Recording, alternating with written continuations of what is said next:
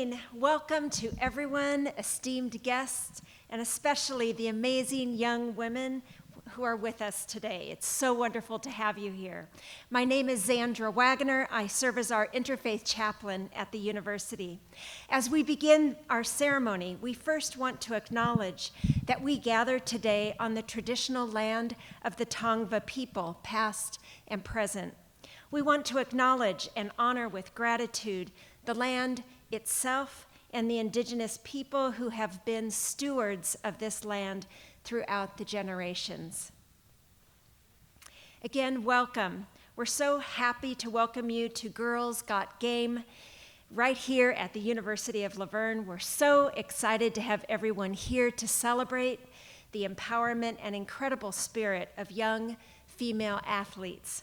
We hope you have a fantastic time enjoying all the activities we have planned for the day. And now I'll hand this over to your event host, Dr. Angelina Staumont.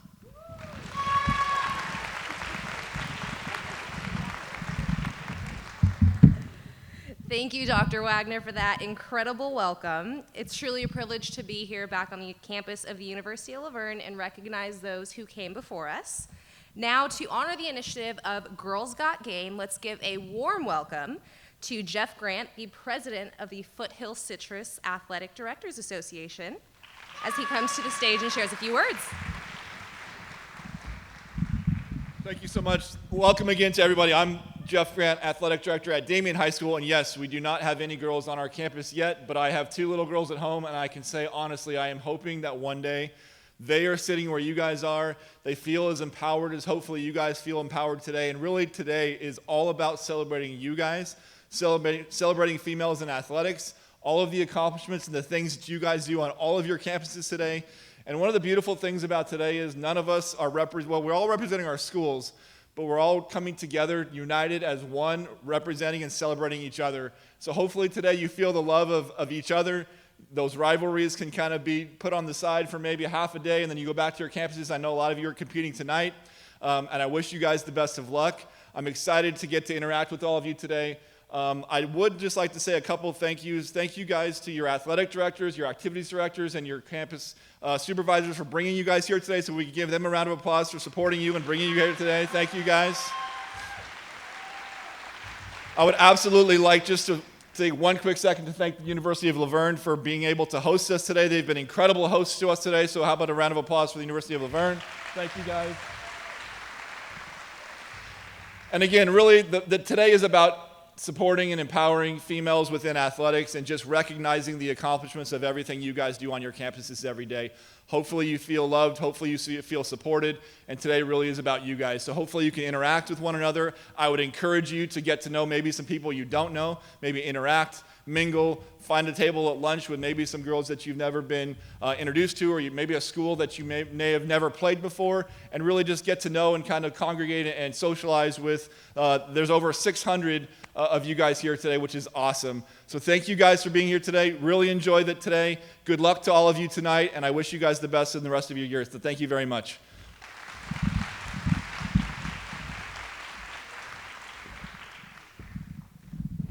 Thank you, Jeff, for your warm welcome. Now, to honor the nation and celebrate in the spirit of unity, we invite the ULV choir to perform the national anthem. Please rise if able and join us in the salute to our homeland. Oh, say, can you see by the dawn's early light what so proudly we hailed at the twilight's last gleaming, whose broad stripes and bright stars through the perilous fight o'er the ramparts we watched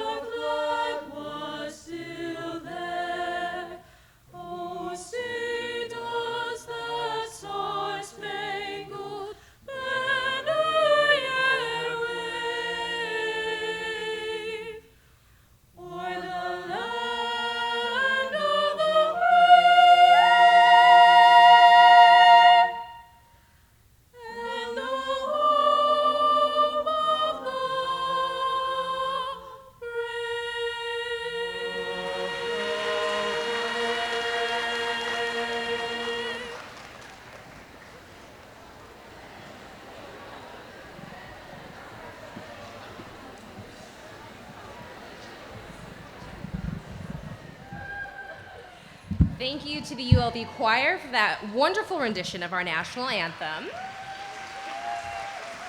To kick off our program, it is my great pleasure to welcome a distinguished guest who plays a crucial role in shaping the landscape of high school athletics in our region. Please join me in welcoming CIF Southern Section Assistant Commissioner Christine Palais as she shares her thoughts and welcomes us all to this special occasion.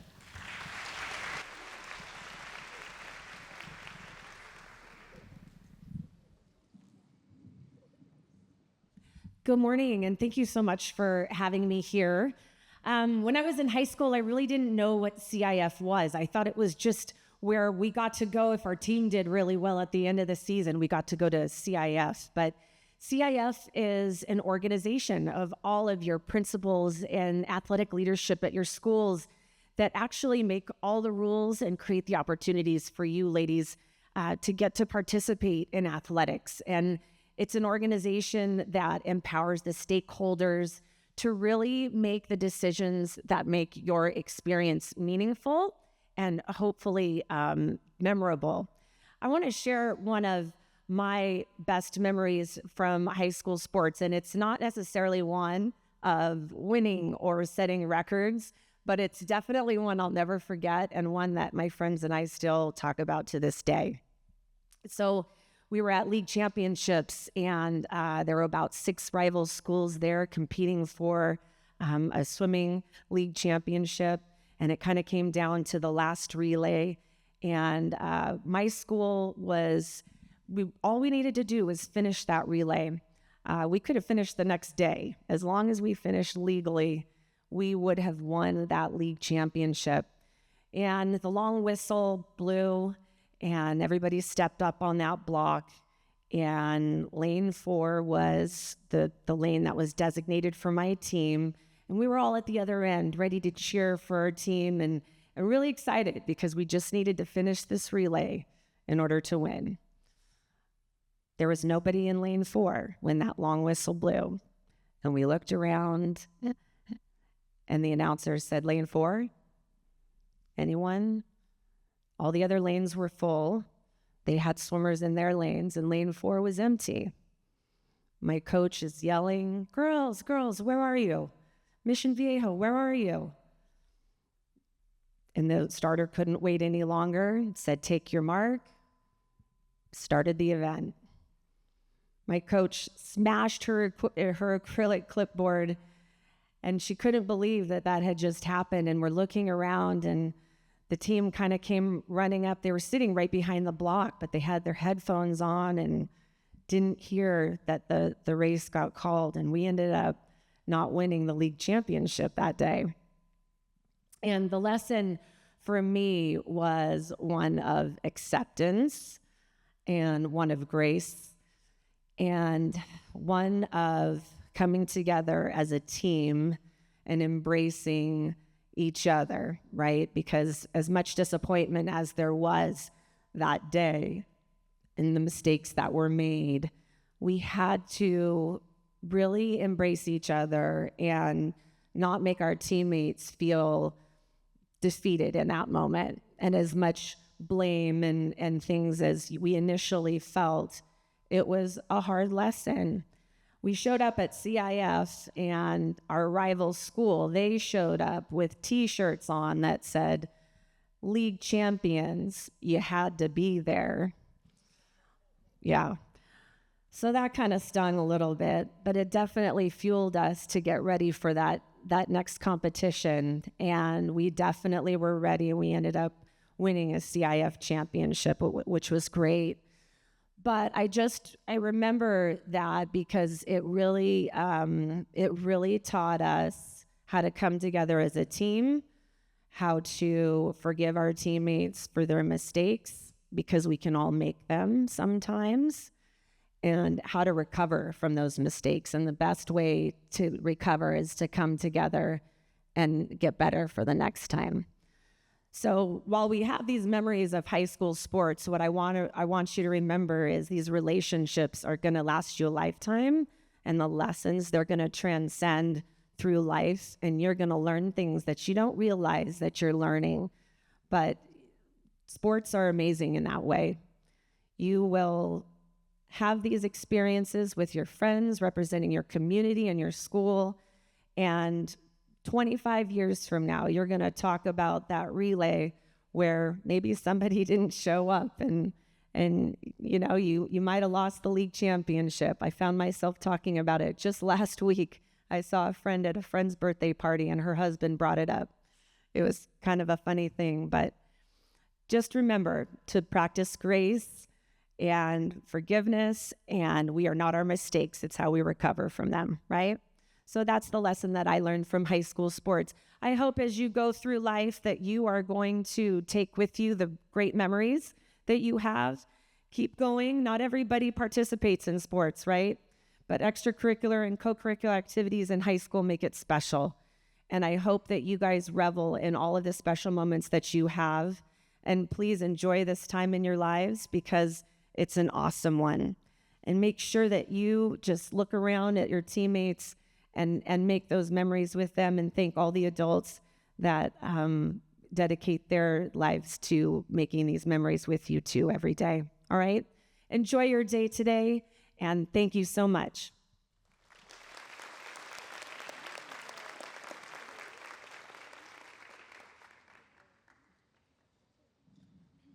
Thank you, Christine, for your kind words and your dedicated service to our youth and communities. Now, it brings me a great joy to introduce a remarkable leader who champions community and unity here at the University of La Verne. Under the guidance of our university president, Dr. Risa Dixon, we've seen a commitment to fostering an empowering environment where every voice is valued and where individuals can thrive and lead with confidence. Please give a warm welcome to President Dixon.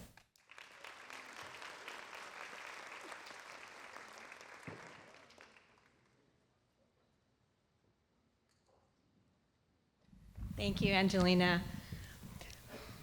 We are so proud to have you on campus today. I'm looking around at you and I'm like, oh my gosh, what a wonderful event. We're so pleased to be able to host the event on campus today. So good morning and welcome is what I have to say to you. Today is all about you. It's all about you, your journey, something you have in common. It's about your love for sports, about your love for competing. I hope you leave today feeling empowered, refreshed about your future, and whether it's athletics or whatever you choose in life, I hope today is one of those points that in your life that helps move you to the next place. So days like today make me especially proud to be president of the university. I want to thank the University of La Verne's athletics department for bringing this to our campus, to the Foothill Citrus Athletics Director Association, and for the hundreds of you who are here today from our local high schools. I'm truly, truly excited. I know I've said that a number of times.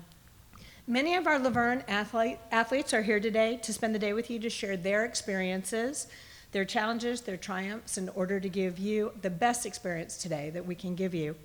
We also have an exciting group of speakers and panelists from a variety of backgrounds who will share their insights and perspectives about their sports journeys and their strategies to help you achieve your goals in your personal journeys.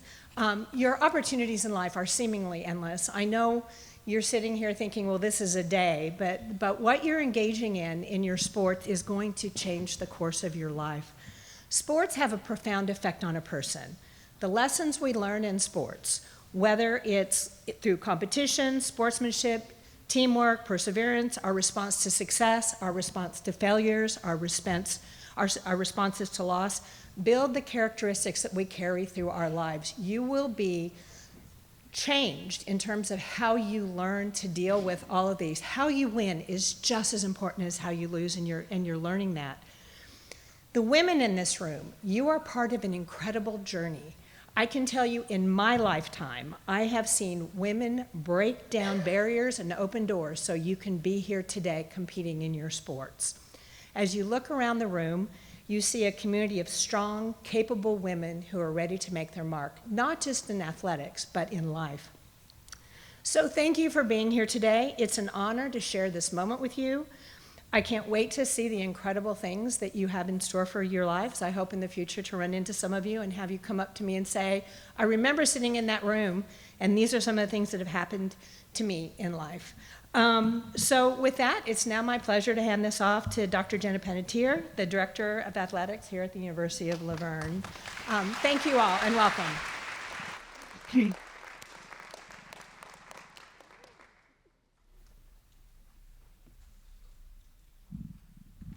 Good morning. Hi! Hey, there we go. All right, ready? So for a long time I was a coach. Before that I was an athlete. And before that I pretended to be one. So I need you to follow me. You ready? Ready? Hey, I know you're all athletes. Ready? Let's go. Follow me. Ready?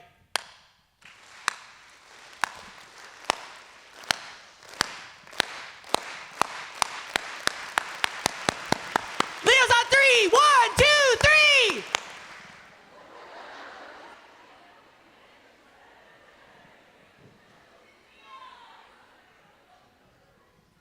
Whoa.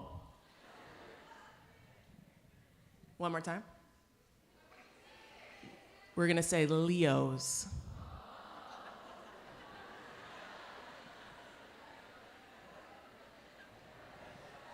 Leo's.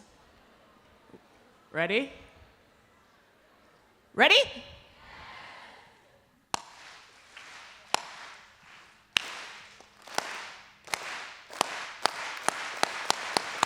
Leo's on three. 1, 2, 3. Hey. Well, good morning. Again. Thanks for everybody being here. Thanks to all the coaches, the guests, the speakers, and ladies and gentlemen. Ebony, wherever she went, Ebony Turner is the one who put this on, and I'd like us to all give a really big round of applause for Ebony Turner. The 6'8" woman standing behind me. I'm Dr. J, and I'm the proud athletic director here at the University of La Verne. In 2011, I came here as the volleyball coach, and then I was the director of interns and grad assistants, and then I was the deputy, and now I'm the AD. Pretty cool, huh? So when I look around, now that we're awake, hey, I see a group of incredibly intelligent, incredibly talented, and incredibly amazing young women. I know you're already pushing the limits and breaking barriers, and I cannot wait to see what you do with that. Today we're going to chat about 3 things that have the potential to change your world: strength, unity, and patience. Let's start with strength. Somebody yell out a word, and yes, that means you. Yell it out of what strength means to you. One word. Strength. Hey, what else? Best friend. Okay, what else? Determination. What else? What? Confidence. All right. Perfect. How about another one? How about resiliency? How about the ability to bounce back? What? How about the ability to bounce back when things don't go your way? Does that ever happen to you? Yeah. So funny story. I'm 6'1". And I've been this tall since I was 12.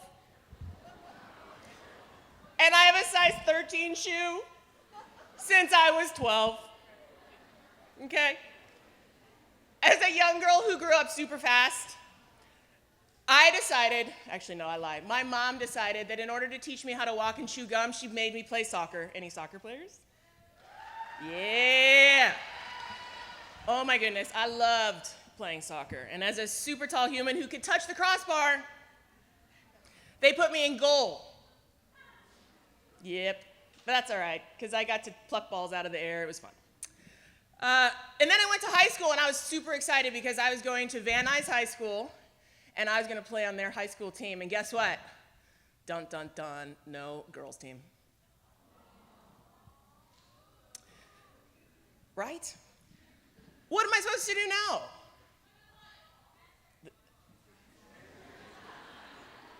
I could have gotten in a lot, I'm just, okay.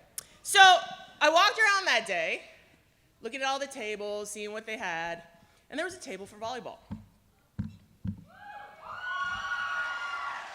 So I put my name down, put my phone number down, and walked away. And then that night, I get a phone call on my landline. No cell phones, landline. Hello? Hi, is Jenna there? Yep, this is her. Are you really 6 feet tall? My future coach was already yelling at me. And it was that night that I hung up my cleats and I changed them for volleyball knee pads. And you know what happened? I worked really hard and ended up getting a volleyball scholarship to St. John's University in New York in the Big East. And at 22 years old, I became the head volleyball coach at Occidental College. And I went on to be the head coach at Colgate University, Division I in upstate New York. High school, did all the things, came here, and the rest is history. And now I'm standing in front of you yelling at you. So listen, I found out that these are the things that matter to me, right? I could have easily chosen not to bounce back, but I didn't, right? It's the things that we do. It's the focus we have. Focus on what you want. It's so easy to focus on what you don't want, right? You got to be able to answer that question. So have the strength to make that new path. So next, let's talk about unity. How many of you, this is kind of a silly question right now, but how many of you play on a team sport? Okay, let me ask you something. If you only pay attention to yourself, how crappy is your team going to be? Right? If you only pay attention, if you only pay attention to yourself, how good is your team going to be? Not so great, right? So, it's about lifting each other up, right? Finding unity, finding connection, right? Because that's what makes a team amazing when things get a little difficult, right? So here we're gonna try something, you ready? Rules.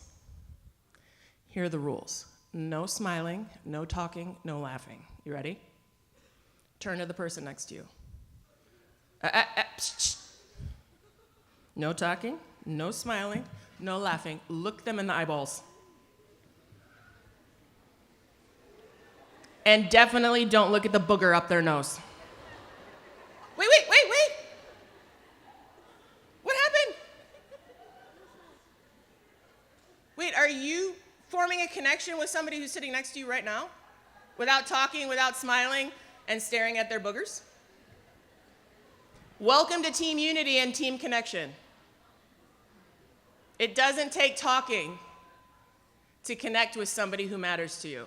It doesn't take talking to connect with the human who you potentially have never met before. Shared experiences like what you just did can fuel team success. And most of you all know playing a sport is a constant up and down, yeah? Up and down, sideways, all the way around. There's gonna be tough conversations, long practices, and days when you are just like, again? But I promise you the connections you make with your teammates, even when they're silly, like the one you just did, are gonna make a difference. And every time you choose to be real with your teammates, and every time you support each other through that kind of connection, you're building something that's bigger than you and something that can take on anyone that you come across. Raise your hand if you know how to whistle.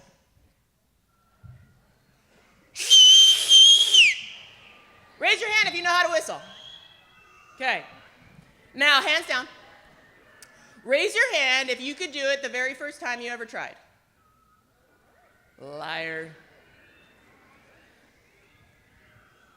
Well, thanks. Okay, you have to practice, yes? Over and over again. In order to whistle, you had to practice, just like you had to practice with sports. Now I got birds. Okay. When you practice, again and again, it allows you to what? Get in games. Why? Because it allows you to be able to execute the things that you need in order to be successful. And what else does that take? Patience. Because I guarantee you're not going to get it right the first time. That's why when you become an expert in your sport, it's the hours that you put in before. Success, whether it's a championship, a goal, or an achievement, requires patience and perseverance. As you grow up, there are going to be days when you feel like you are putting in all this effort and it feels like you are just getting absolutely nowhere. It's just taking so long, Mom. It's just taking so long, right? And it's normal, because success is a journey. The road is winding, full of bumps and lumps and laughter and joy. Success takes work. The trophy you want takes hours of practice, bruises, and sometimes even tough losses, like what we heard earlier. Yet every step you take in your journey counts. And some of the days you're gonna feel like every step is uphill. Your quads are gonna hurt, your head is gonna hurt, and maybe even your heart is gonna hurt from breaking. And you're gonna question whether or not it's worth it for you. Y'all, trust me, it's worth it. Because you wanna know a secret right now? In the body you are sitting in, with the eyes and ears that you are using to listen to this woman talk to you, you already have the strength to bounce back and keep going no matter what. You already have unity and connection and power to lift each other up and create something that is absolutely unstoppable. You already have the patience you need to keep going even when it gets tough. So do me a favor, would you? The next time you step out on that field or that court or that track, jump into that pool or even walk into that classroom, remember something really important. You are powerful girls and young women who are already making a difference in the world. You're making a difference for your family, for your friends, your teammates, and your school. And you matter. Keep believing in yourselves, stay true to your teams, and always, always keep chasing the joy that keeps you going. Will you do one more thing for me? Will you do one more cheer? Leo's on 3. 1, 2, 3.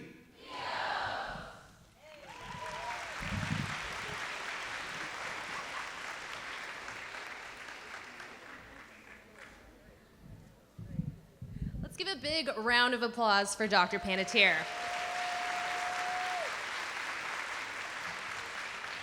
We hope y'all are having a fantastic time at this wonderful celebration. Today's more about sports. It's a chance for you guys to connect with your teammates, with competitors that you might be competing with later tonight or later on in the season. It's about inspiring the next generation of female athletes, of female leaders. We've got an awesome lineup of activities in store for y'all, including inspiring speakers, an engaging Q&A session, and plenty more to ignite your passion for sports and beyond. All right, let's go ahead and get into this exciting panel that we have here. We are so excited to bring up 4 incredible women to speak about their journey in sports and how that has prepared them for everything that life has brought their way. So we are so incredibly excited to introduce our panel. We'll go ahead and get started over here with Dr. Grace.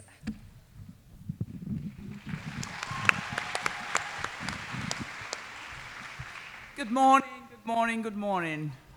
So I came to this country from Nigeria on a full track scholarship and went to the Olympics in 1988. That's a long, long, long time ago. I know most of you are not born then. That's why I'm like, what am I doing here? But I coached track and field at Pasadena City College for a while. And after, all the pains of coaching, coaches can say that, I decided to just do teaching full-time. So I'm a professor at Pasadena City College. And I mention that school because it's one of the great institutions in our state, in California, and so you know what I'm trying to say. All right.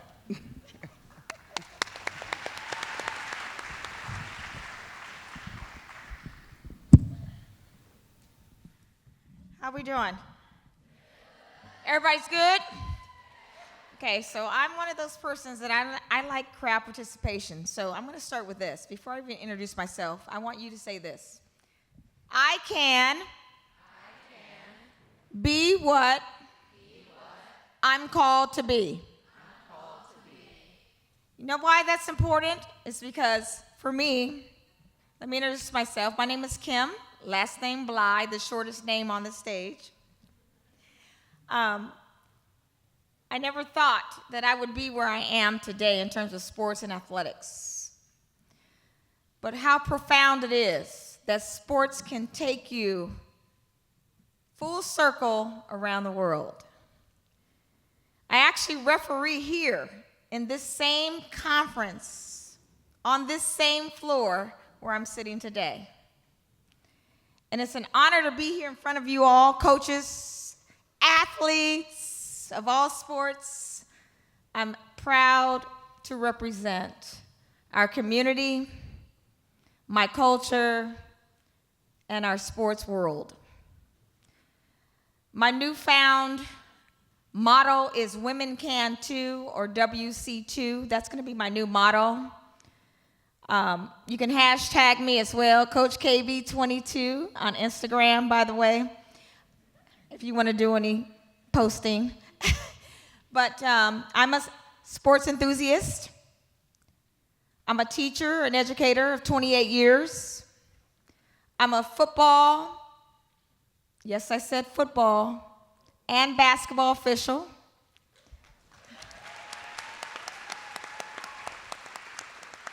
Breaking barriers on certain levels where people thought we couldn't go. So I'm proud to represent. I'm proud to be here. I'm proud to inspire you and encourage you throughout this day. I hope you enjoy the experience. Again, hashtag me. And enjoy your experience. I want you all to listen to all these wonderful speakers, okay? Hi guys, my name is Danielle Garcia. I am the Director of Corporate Partnerships at the Anaheim Ducks and Honda Center and the new development that we have coming up called OC Vibe. Gosh, I'm like so humbled to be here. This is super awesome because I'm an alumni of the University of Laverne, and it's just so awesome to see like my alma mater like really investing in women in sports and just women in general. Like I was telling Lena before this, I wish I had something like this when I was in high school or even like middle school, just to be surrounded by so many awesome women like you guys. Who are athletes, who are strong, who are confident. So this is awesome. Like, take a step back and really appreciate you guys being here. Lean into the speakers, lean into, all the colleagues that you guys have. So I'm excited to be here. I got my start in the sports industry actually as like the first ever Dodgers ball girl. I was once, I brought my hobby of being a softball player, and I brought it to a career, and I didn't know that there was cool opportunities like that for me. So I'm excited for us to continue to talk today.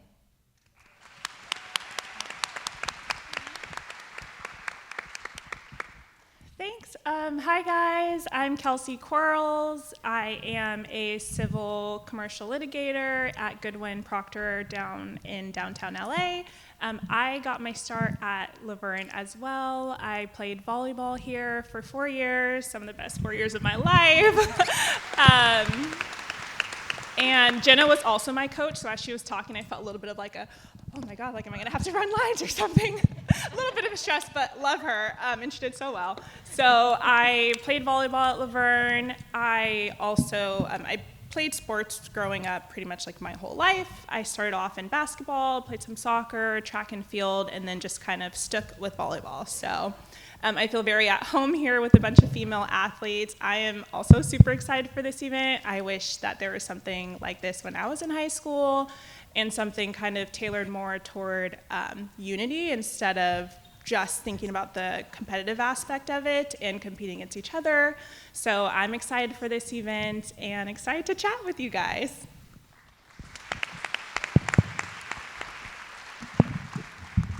So real quick, just to add to that, not only was Kelsey an athlete here, but if we all take a look over at this All-American banner over here and look at 2016, let's give a special round of applause to our University of Laverne Volleyball All-American.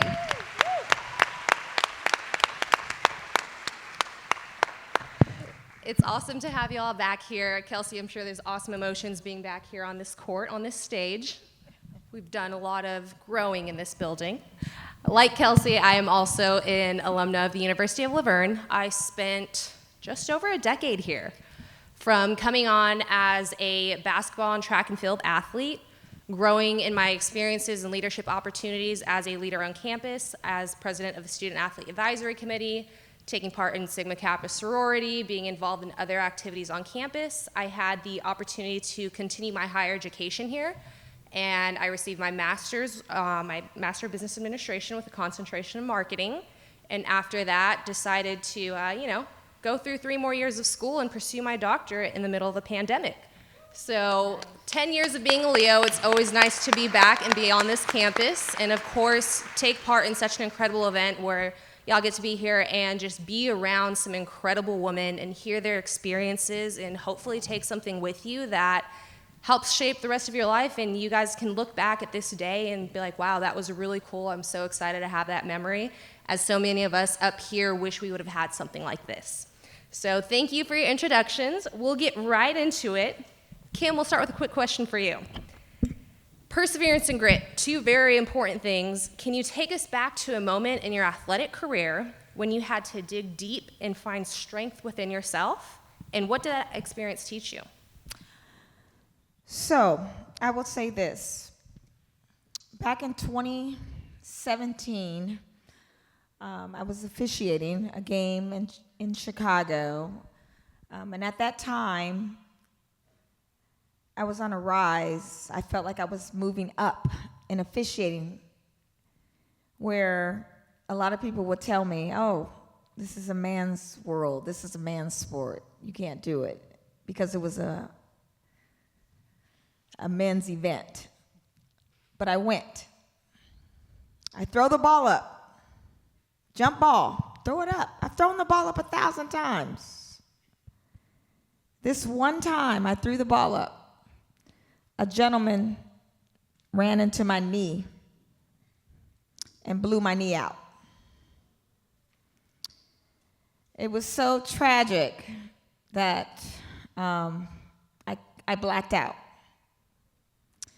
At that time, when I came to, I said, oh no, this is it.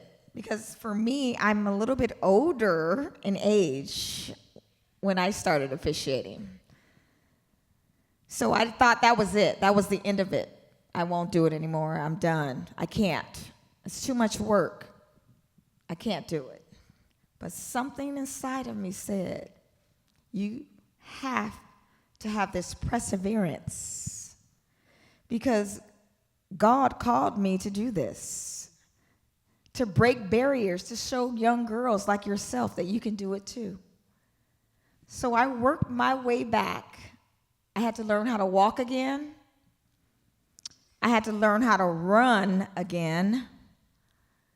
And in 2020, after the pandemic, I came back. Not only did I come back, my conference kept me on their roster, which is a huge thing for an assigner or a coordinator to do.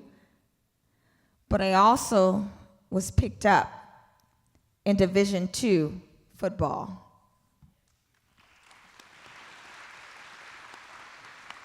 So perseverance, I'm telling you, if anybody has ever told you, how many of you have ever experienced anything like that? Like someone told you can't do it, you've been hurt, you've been down and out, you felt like you couldn't do it. Raise your hand, how many of you? Be honest. Okay. I'm telling you now, you can do it. You have to persevere. Anything is possible.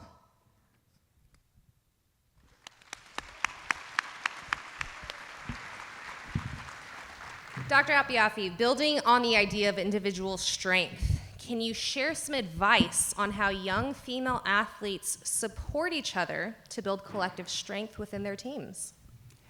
You know, being an athlete is not easy. And being on a team sport is even more difficult, because everybody comes in with their own personality. And sometimes there is a lot of jealousy when one is good and cocky. So basically, what we need to do, and I use the word we because this is a team, is one, we have to encourage each other. Root for someone's success. Be there, motivate people. If you're at the top and you have a teammate that is not as good, you got to think about how you can build them up. One of the things that destroys a team is gossip. It's so easy to start bad rumor, talk about somebody, especially if they're not your favorite. I remember when I came to this country and I went to the University of Wyoming from Nigeria. I don't know how many of you know where Wyoming is. I didn't know where I was going until the snow hit. Tell me about it. But then I had some teammates that were not encouraging. I told you I came on a full track scholarship, so I was good at my sport. But some people did not want to see me succeed. The thing is that I had to dig deep inside, and that's what has motivated me today to be who I am. You know, do not let what people say or what people do discourage you from being who you want to be. Work together as a team. Let me give you an example. Coaching cross country. Cross country is a team sport. Somebody comes that they're one of the best on the team, and you have a competition, and they're supposed to show up, and all of a sudden it's like, I can't come because my boyfriend or my girlfriend broke up with me. That would discourage the entire team, wouldn't it? So what would you do to pull that person back into the fold, pull that person back into the mindset of knowing that, hey, if you don't come to this meet, you will destroy the team. And that's where the encouragement comes. And that's where the support comes. And you cannot start talking bad about that person, because when you talk bad about that person, they hear it and they don't even want to come back. So you got to stand up for what is right. And when somebody is not doing right, somebody is failing their classes, let me talk a little bit about that. You know, when one person fails, the team fails.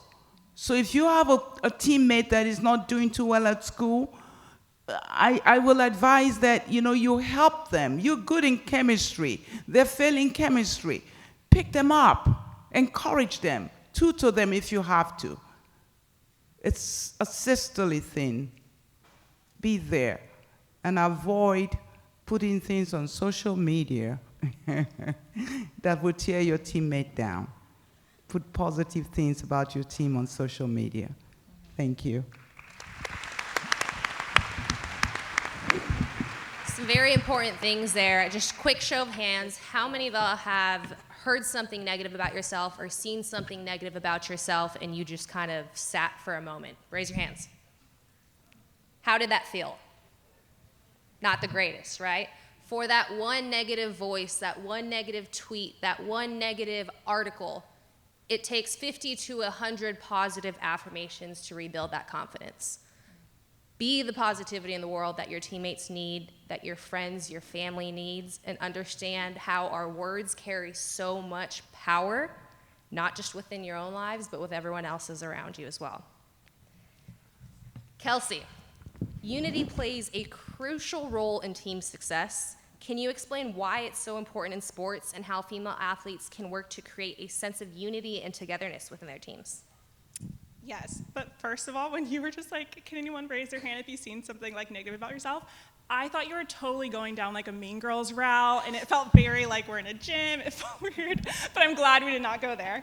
No space for Regina George here, sorry. I have not felt personally victimized.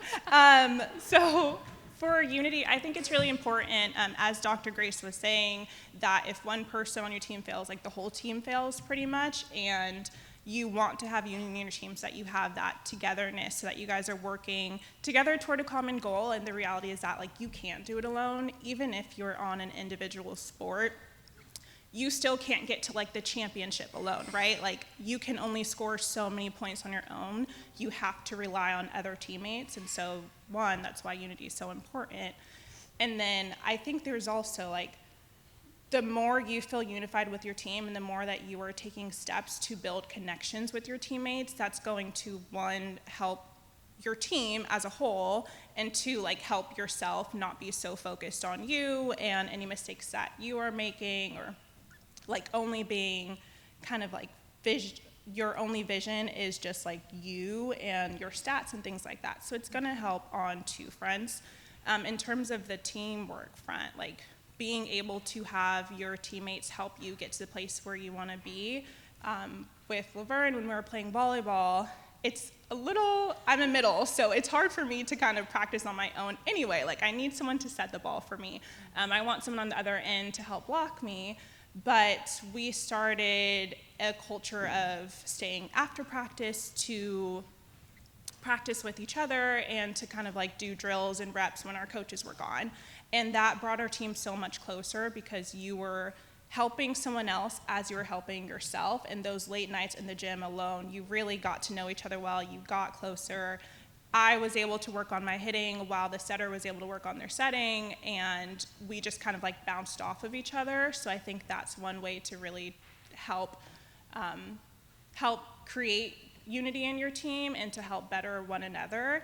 And also for like self-interested reasons, it's good for you too. Like if you're not focused on the last mistake you just made and instead you're focused on like, look at my teammate, she's about to get a great kill, or look at my teammate, she just got a wonderful dig, something like that. So if you're only focusing on yourself, it kind of puts you in just like a negative space, where if you can kind of take that and focus on someone else, it helps you feel a little bit better about the game that you're playing. I used to do this a lot in like the weight room because I hated lifting weights. And so I was like, oh, this hurts, it feels bad, everything sucks. But if I'm not thinking about myself and my pain, and instead I'm looking at my teammate and thinking like, oh wow, like you're running really fast, or you got this, you add like 5 more pounds to something, when you're instead thinking about someone else, that helps create unity, and it also kind of takes pressure off of yourself. Thank you, Kelsey. Danielle, transitioning from team unity to broader connections, how can the young ladies in this room today work to build relationships with other ladies who are in different sports or participate in different activities outside of those people that you have direct contact with every day? Yeah. I have to say, first of all, these are really, really good questions. So I've done like panels before, and it's very like surface level questions. These are like deep and like in the roots of it. I was like, it made me think, and I had to take a step back and think about things. But Kelsey, you mentioned it a little bit earlier, but you know, we're in a society right now that kind of always puts us against each other. Like, and we need to get out of the mindset of like being competitive with each other and just like uplift each other. And that's like the big thing too, is like to create unity with like your teammates, to create unity with other female athletes. We all just need to continue to, and Lena, you said it too, be the positive, like positivity in the world, and continue to like empower one another. And I've lately, and I've been saying this a lot, is like, we need to continue to invest in like women's sports. So what we can do, and not invest just time, but like not just money, but just like all resources. So like I challenge you guys, like as an athlete, go like support other like female games that are going on. Like I challenge you to take it a step further and like go to a sporting match that you haven't been a part of. Like I always say, like going to like women's tennis match and like supporting like the women there. Maybe like the softball game that's going on. I think we're so quick to go to like maybe the football game and a baseball game, but like let's continue to like show support and show up for other female athletes, because we're all in this like thing together. So I would just say continue to empower one another. Absolutely love that. And as you guys are being able to support each other on campus, we're in Southern California. We are in one of the most incredible regions in the country for women's sports. Look around at all the professional teams that we have here and how many opportunities there are, maybe not to just play and support, but to work for those teams, to help develop those teams and be that inspiration for the young girl sitting here in 5 years who can say, okay, she did that, I can do that too. So get out there, support women's sports, go to Sparks game, go to all these different soccer teams that are out here now, which is absolutely wild to see how it's grown. But the opportunities are endless to get out there and support and invest in women's sports and just be a fan. Support these women. Dr. Apiafi, let's explore the relationships aspect here. What strategies can high school athletes employ to develop supportive and empowering relationships with their teammates and other female athletes within their community? Thank you for the question. Danielle, right? She mentioned something already that is so important, all right? Supporting other teams. For instance, you are a volleyball player, and there's a track and field or soccer game going on, track and field meet. You can go out there and support them. Support the women's soccer team. It's okay to do that. We're not enemies, okay? And another thing that you can do for is team building. You meet, decide on what you can do to build your team. Probably go to a movie together, a good movie, you know. You know what I mean when I say good movie, you know, I'm a pastor, so I have to say that too. Yeah, you understand that. It's something good, okay? Yeah, go to dinner, okay? A nice restaurant. One thing that you don't want to happen is this, okay? Because you're building team, a teammate says, hey, come here, come, let's go have a drink. You're not even at age yet. So don't let anyone force you into doing something that you know will destroy the team. You know, you come to play the next match and you're hammered. You know, somebody introduces you to drugs or something that you don't want to do, but because you're trying to build unity on the team, you get sucked into that. You don't want that to happen. You need to stand up for what is right at all times. Another thing you can do is community service, you know. Go out there into the community as a team, even if it means cleaning up a few places or encouraging elementary school kids, okay, that want to be in sports. You do this as a team, and this will help build that team unity because you know, we have done something together. We're working together, okay? And another thing that I mentioned, the encouragement part. Encourage one another. When you guys succeed, you succeed together. When you fail together. Remember this, okay? You cannot be an island by yourself. You need to have your teammates to support you. No matter how good you are on the team, you cannot make it happen by yourself. So draw your teammates close to you. Discuss things that will help. Don't go talking bad about the coach because the coach said something to one of the athletes and said, I'm going to bench you. Oh, that coach, can you imagine what they did? They benched me. How do they think they're going to succeed? You know, I'm talking some sense here, okay? So we need to make sure that we encourage our coaches also. I used to be a coach, so I know how difficult it is to coach, okay? And this will help your team because we all want to win. We all want to win. I remember when I was in high school. Oh, God, that was so many years back. Whew. And I started the shot put, and I was doing so well. And I went to a competition, and I was competing against the lady that held the national record. And I was so afraid to beat her because I didn't know what people were going to say. So that held me back from performing at my max, at my best, okay? So if we had built this team camaraderie, I wouldn't be afraid. She would even encourage me, say, Grace, you can do it. I knew I could do it, but I kept watching. I don't want her to get mad, all right? So I'm saying all this because I know it happens in real life. So let's stand up for each other. Let's work together. Let's work in the community. Whatever you decide to do it together. When it's healthy stuff, do that together, all right? And when one person is sick, help them to get better. Thank you.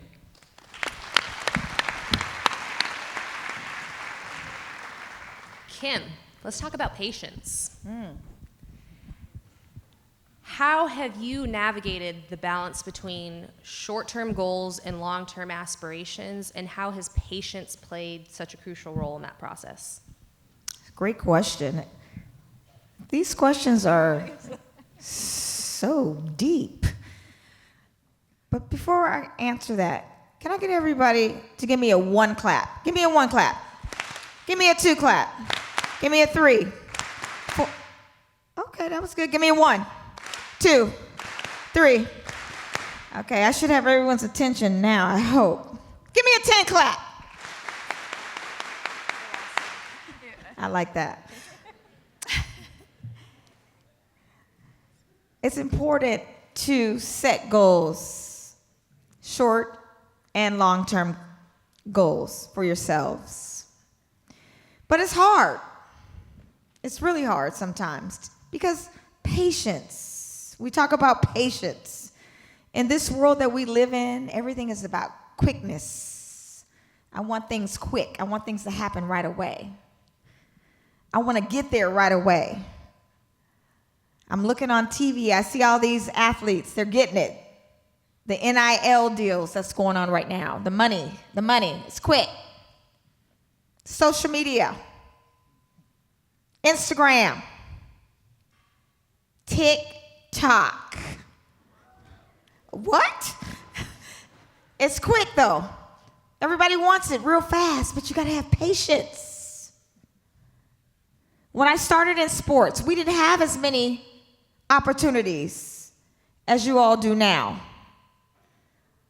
All the panelists have discussed going out and supporting other sports, being an advocate for all sports, not just your own sports team. But that means setting goals within yourself, short term. What are some short-term goals? What does that mean, short term? Is it now? Is it the immediate? For me, it was, I wanted to make sure that I can be the best that I can be in that moment, short term. Is that true to you all? In your sports? You want to be the best? Are you putting in the work? Some people say yes, some people say, You have to set realistic goals, short term. But it's the immediate, short term. Long-term goals, that may be 2, 3, 4, 5 years out. For myself, I knew as an athlete that my mom, who raised 4 girls on her own, she didn't have the advantage of paying for school for all of her kids. It was not feasible. So for me, I knew I had to take ownership. And so for me as an athlete, I had to do my part. So I worked extra hard, extra hard, and set long-term goals for myself that I wanted to get a scholarship. Not in one sport, but 2 sports I got a scholarship in. So that thank you. So I knew thank you, I got 1 clap. So I knew that, I knew that it was important for you all. You guys have your phones right now? Who has a phone? Anybody have phones? Before you leave today, I want you to write or type in your notes a short-term goal and a long-term goal. Today, set it up for yourself. If you have your phone right now, I'm giving you permission. Take it out and do it real quick. Short-term, long-term. Set it up for yourself so you can see it. If you see it, you can believe it, and you can achieve it. If you see it, you can believe it, and you can achieve it. Did you hear what I said? If you see it, you can what? Believe it, and then you can achieve it. Okay? Go for it.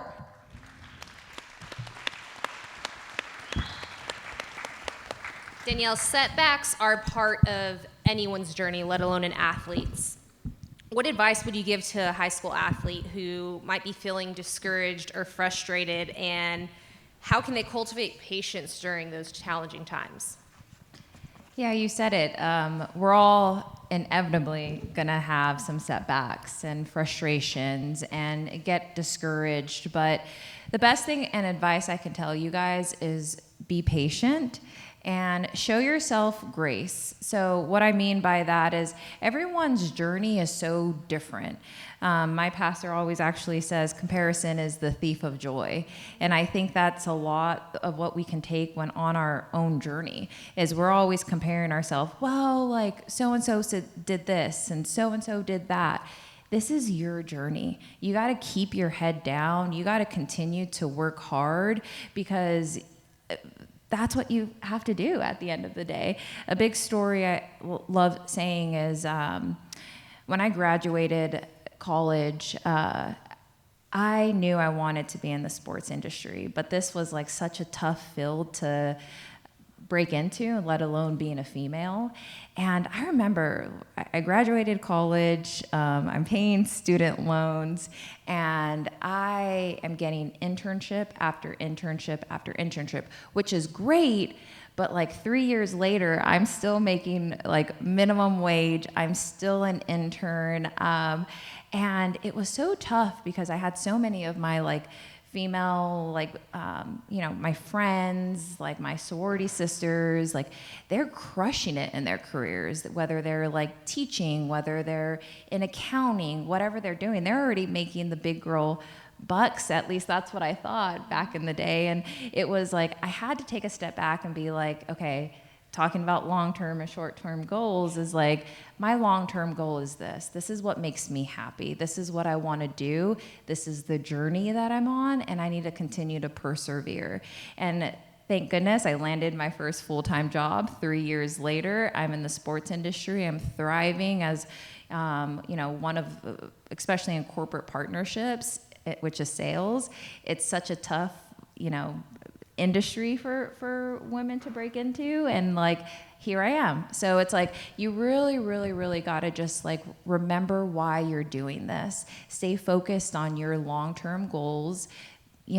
Don't compare yourself with other people. Keep your head down and just continue to like show yourself grace.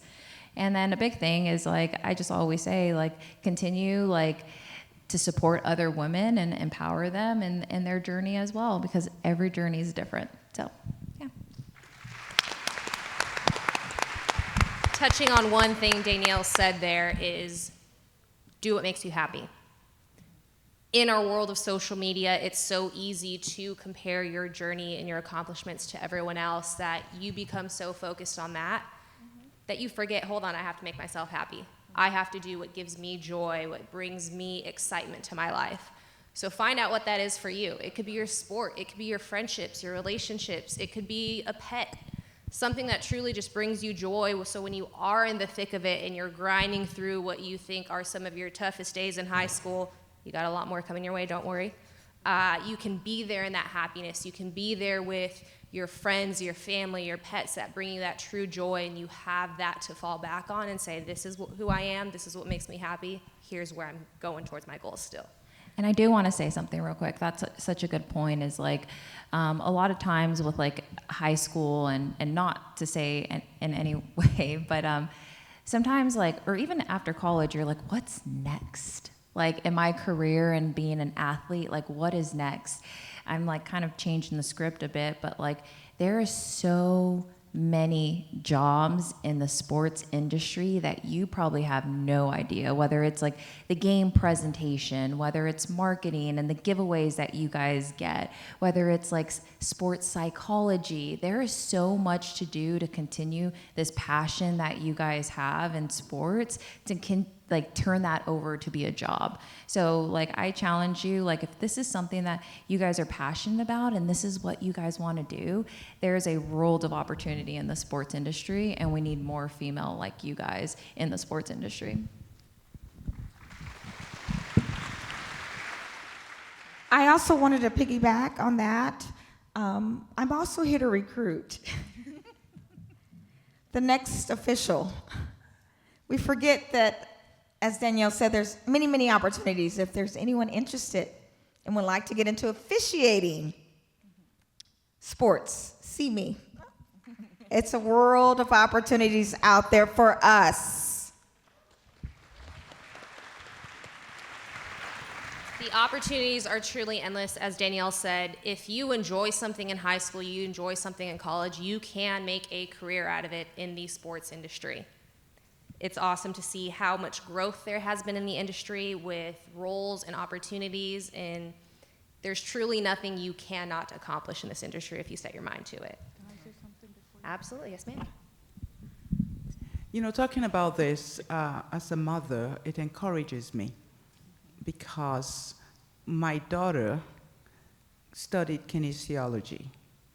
I studied kinesiology. I went into teaching. My daughter studied kinesiology. She went into being a doctor.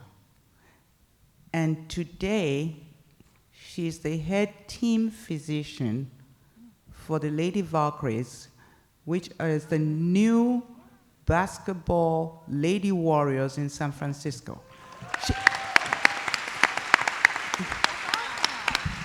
I said that to encourage you, because some people will say kinesiology, oh, that's PE. It can take you places. It's still in the sports world.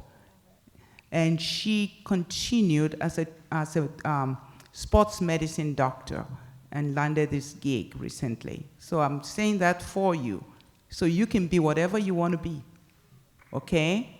Just work hard at it. All right, one final question here as we wrap up our discussion. Kelsey, I want to start with you, and we'll go through the whole panel with this question. Keep it quick and simple. What is one piece of advice that you wish you would have been given at this point in your life? Really quick, I do want to plug my own recruiting if anyone wants to be a lawyer. I love looking for people on the resume that say they were on a team sport, 'cause I'm like, oh, you can work hard and you're a team player and you have confidence, so please join me. So just plugging my own thing there. But in terms of advice, I think the one thing I wish I would have really taken to heart at your level and also in college is to not let your mistakes define you or discourage you, because you are going to make so many of them on and off the court. And one of my clients likes to call mistakes opportunities. So if something happens at their job, they're like, oh, let's have an opportunity call. We had an opportunity and this happened or whatever. But like, my job is to fix their problems. But I like that way of phrasing things so that when you are making a mistake, it's not necessarily something that's like going to be something that like ruins your career forever. You're going to be thinking about it 10 years from now. No, it's an opportunity for you to grow from that. It's an opportunity for you to say like, oh, I missed this free throw a couple of times in this game. That's an opportunity for me to go back into the court and to practice shooting this over and over and over again, so that next time that's not going to be the mistake I make. Maybe it'll be a different one. But to kind of think about all the mistakes that you make as a growing opportunity and a learning opportunity, I wish I would have taken that a little bit more to heart as a college athlete and as a high school athlete.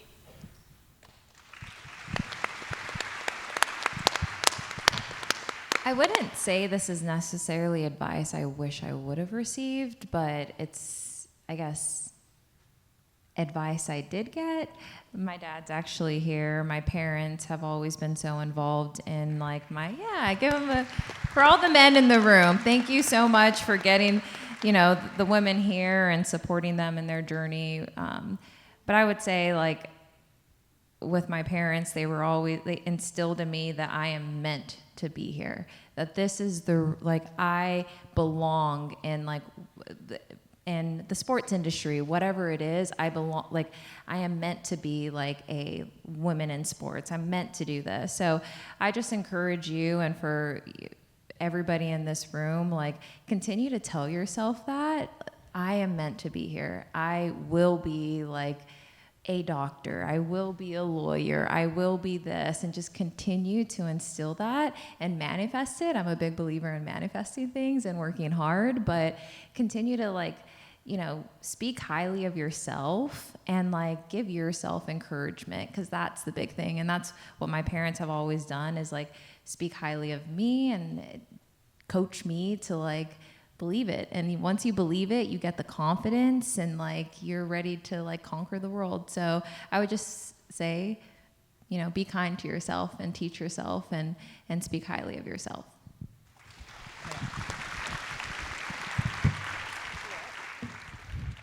If I can go back to Little Kim, I would say, first off, let's give the University of Laverne a 10 clap for what they've done today. Awesome. Thank you for having us.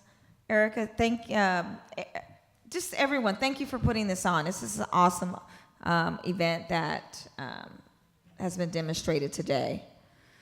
If I can go back, I will tell you this. I had to make a decision in school, whether I wanted to be popular or unpopular. And I wish if I could take the advice of just being me and not having to make that decision. There was a lot of times where people were hanging out with their boyfriends, girlfriends, whatever else. You had to make decisions, you know what I'm saying? Versus going to the library, taking the time to study and working on my grades, getting me to the next level. I had to make a decision. So if I had to go back and tell myself or get the advice for someone saying, don't put so much pressure on yourself, but be yourself. I always felt like I had to make a choice. I was a class clown. I wanted to be popular. I wanted to be in the in crowd, all of that. Instead of just focusing in on being me. And I took the long road. I got there eventually, but I could have got there in a shorter period of time.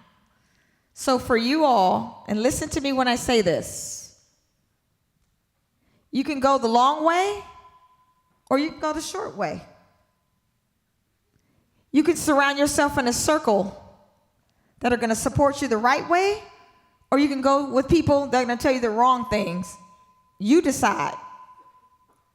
I'm going to always surround myself now around people that are going to support me the right way. Even if it hurts, they're going to tell me the truth. Don't put yourself in a situation where you're not going to succeed by being in the wrong crowd. Be you. Be true to you. Remember I told you in the beginning that you can be whatever you wanted to be?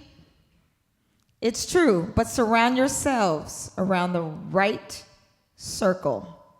It is important to do that. God bless you. I wish everyone here the best in all that you are going to achieve. Hear what I said, because all of you are going to be successful if you believe it.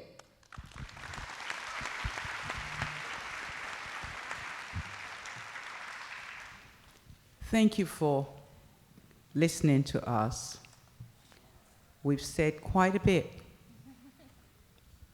But it doesn't matter if you do not make the decision on the path you want to follow.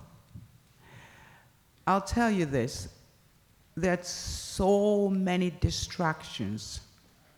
Just picture yourself walking down a road and there are people lined up on the left and on the right side of this road, and you're walking down trying to focus on what you need to do, and you hear your name being called.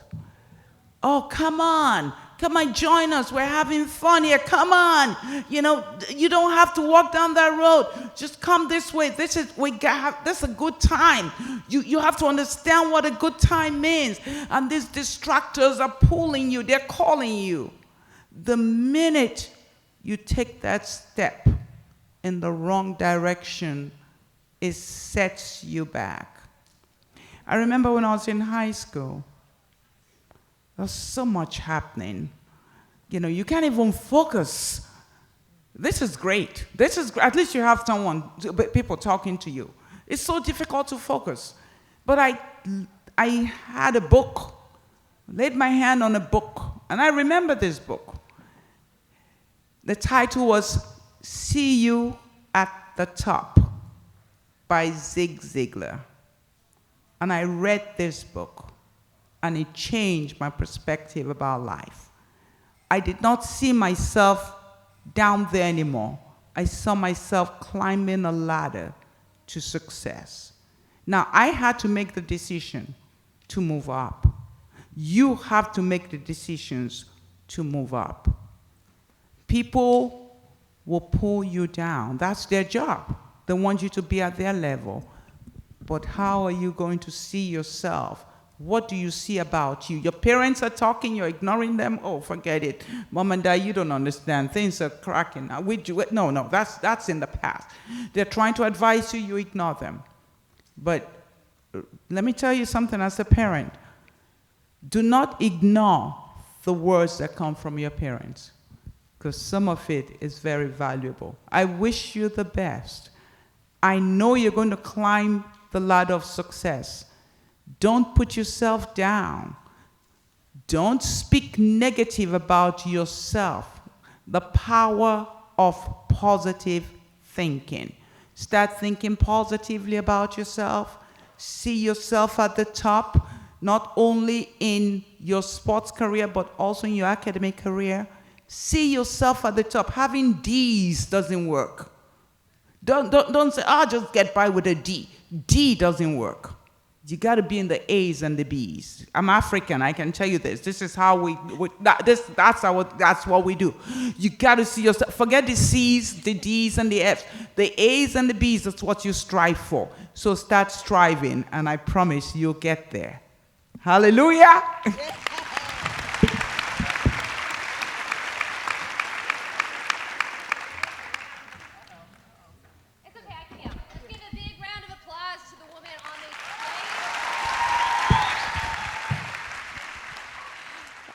And now that we've had the opportunity to hear from some of these incredible women, we want to open the floor to any questions that y'all might have for any of them individually, for us as a panel.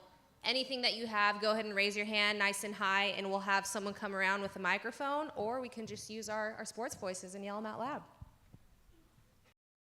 loud. This is a question for all of you.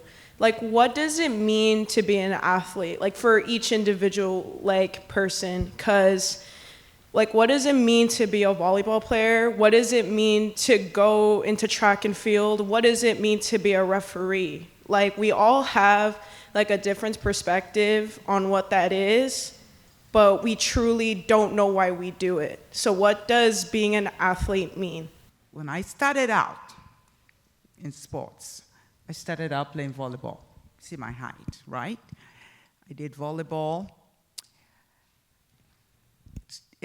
The volleyball team that I was on went actually to the nationals, okay? I was probably 15.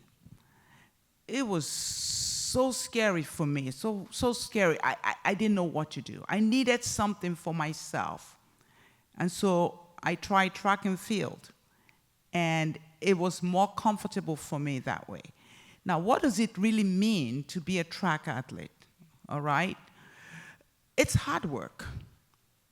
It's believing that you can succeed. It's going beyond the regular call of duty, the regular practice times, going on the track, pushing yourself, all right? When my children, I had my son, I lost my son, but I had my son and my daughter, and when they came to this country from Nigeria, they went to Pasadena City College. I was coaching them. My daughter would get into the weight room and, oh, man, I don't want to do this, please. I said, I'm your mother, and you are going to do it. I'm not kidding. I worked her. I pushed her, all right?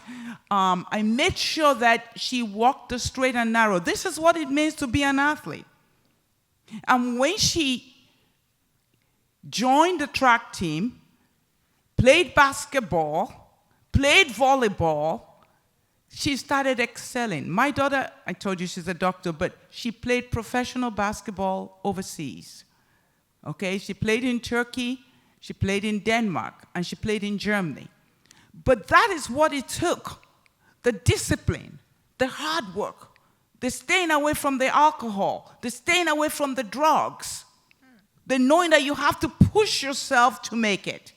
There are no shortcuts. Because if you go in to use performance-enhancing drugs, you'll get busted. And when you get busted, you'll be disgraced. So why don't you just do it yourself and make it? Thank you. Say, jump in and off that is, what is your name? Stephanie? Before you are an athlete, you are Stephanie, right? This can be taken away from you tomorrow. You could never touch the court or your field of play again, and you need to know who you are, what makes you happy, what brings you purpose in life. So oftentimes you see, especially after college, there are some of us who have dedicated our entire lives to our sport, and you play your last game, you play your last match. What's next?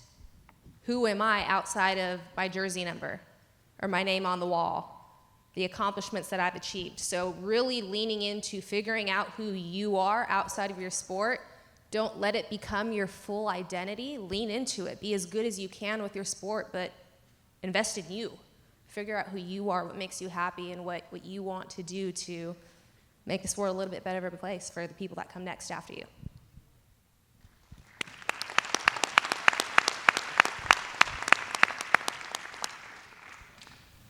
I wanted to ask Kelsey if there was ever a time you wanted to quit playing volleyball and what improved or like what motivated you to continue playing. Oh, so many times. Very often. Oh, you're still here, sorry. As her college coach looks on in the corner. No, when I first started out, I definitely wanted to quit when I got here as a freshman, and I think that was mostly because I hadn't formed those connections with my team yet, and so that's why when we talk about unity, it is really important. It makes the game a lot more fun and enjoyable for you, and now, like, I pretty much had a whole starting lineup as my bridesmaids. Like, we're all lifelong friends. I think probably most of them came to my wedding, 5 of them were my bridesmaids. Like, you build these connections, and that's what makes it so much better. And so when I did want to quit, the first thing that got me through was like, oh no, I don't want to leave my girls. Like, this is my family now. And then I think the second thing is like, I worked way too hard for this, and I've gotten pretty good, so I'm not quitting, and I'm not letting anyone else take this away from me. But yeah, I'm sure there's going to be times when you do want to quit, but just having a team to fall back on, and also just, you know, being able to put yourself first and think about how hard that you've worked to get there really helps. Sorry, Jenna.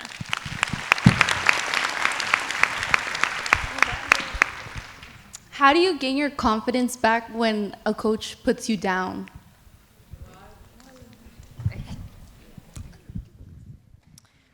Well, that's a great question. I can tell you this. In college, I had a coach that was very, how could I describe? Challenging. I just didn't get her. I didn't get it. We didn't connect. A lot of the teammates, we just didn't connect. And it was tough. I don't think she was negative, and I don't think that was the intent, is to tear us down. But it came off that way, and I lost a little bit of passion for sports. I had to redefine myself and say to myself, it's not about the coach. It's about me. Because at the end of the day, you're not going to like everybody. I still gotta play the sport that I love. If I really do say I love it. It's tough though, because mentally it messes with you, right? You have to find that inner strength to say to yourself, I got this. No matter what. They have to deal with their own things that they're dealing with. Unless it's to a point where it's that egregious,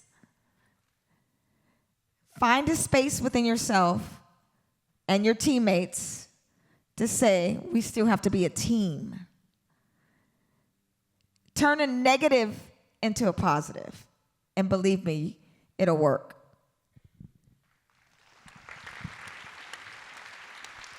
Over here. When has there been a time where your ethnicity and your race has been a problem with within your own team? Because because this past year I have been struggling with that, being a Mexican American and being teased because because that is my race and that is my identity.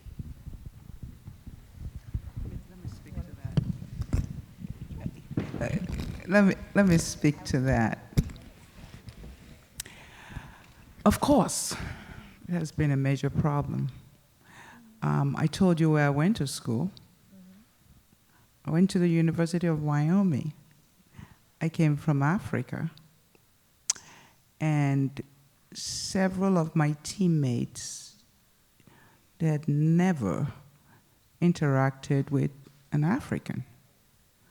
They actually thought that we lived on trees and we swung from one tree to another. I'm not kidding, this is real. This is what I dealt with. You know, the negativity was so high. But I knew who I was, and I wouldn't let someone else's bias control what I want to be or who I want to become. The problem is that we allow what other people think about us to control who we are.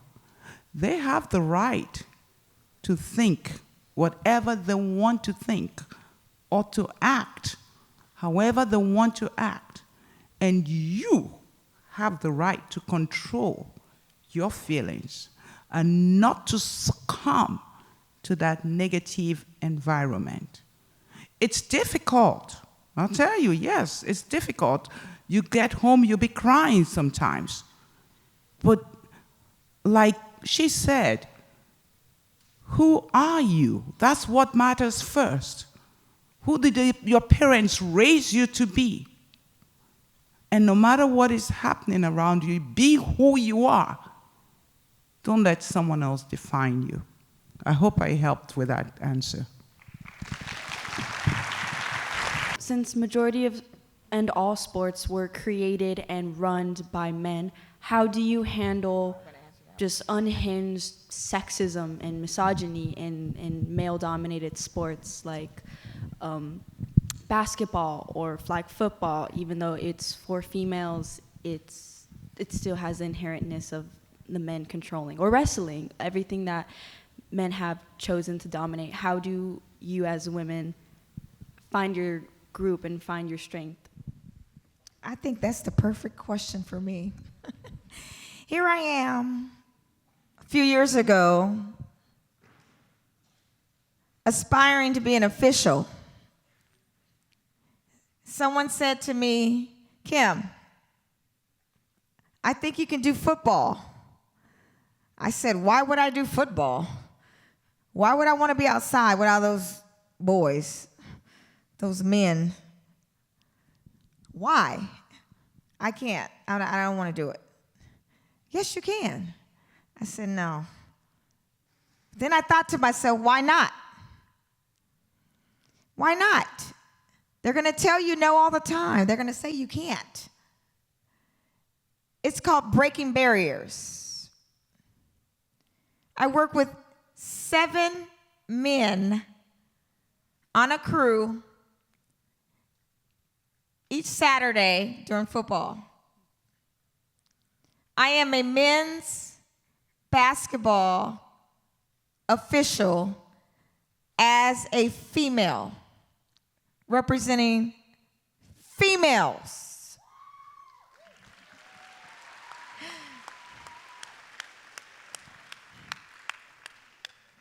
It's getting better.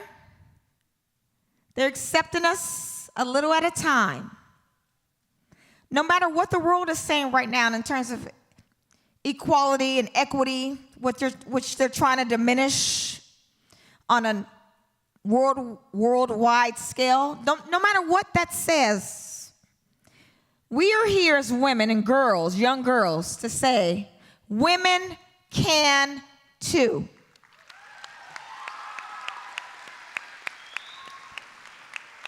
I mean, I wasn't even prepared to say this, but I'm going to say it. WC2 is a movement that I am beginning. WC2, you are the first to hear about it. I am starting this movement to promote women in sports, to be an advocate for women in sports, whether it's pay, whether it be us being a part of job opportunities, discrimination, inequality. Women can too. You're going to hear about it. Let's go. Let's get it. Hear about it. It's coming soon. Follow me again. It's coming soon. I'm telling you. Be what you want to be. Let's have one more round of applause for all the ladies up here for all of your questions. Thank you for each and every single one of those. The last thing I want to leave everyone in this room with today before I invite Paige up, always keep in mind, tell yourself, write it down, however you want to remember this, you can and you will. Whatever you set your mind to, whatever your goals are, every single morning, write it down, read it, tell yourself, you can and you will. The way you speak to yourself, the way that you talk to the people around you shapes a lot of your daily actions. You can and you will. Paige, come on up. Thank you. Good morning. I am told I am the last person between this room and fresh air, so bear with me for just a little bit. My name is Paige Piankowski. I am the Assistant Vice President of Enrollment here at the University of La Verne. Before I get started, I'd love to know who has already started applying to college. Just a quick raise of your hand. Exciting. Who has already been admitted to college? So why don't we stand up really quick? You've already been admitted somewhere. Keep standing up. Stand up. Everybody, round of applause for these folks.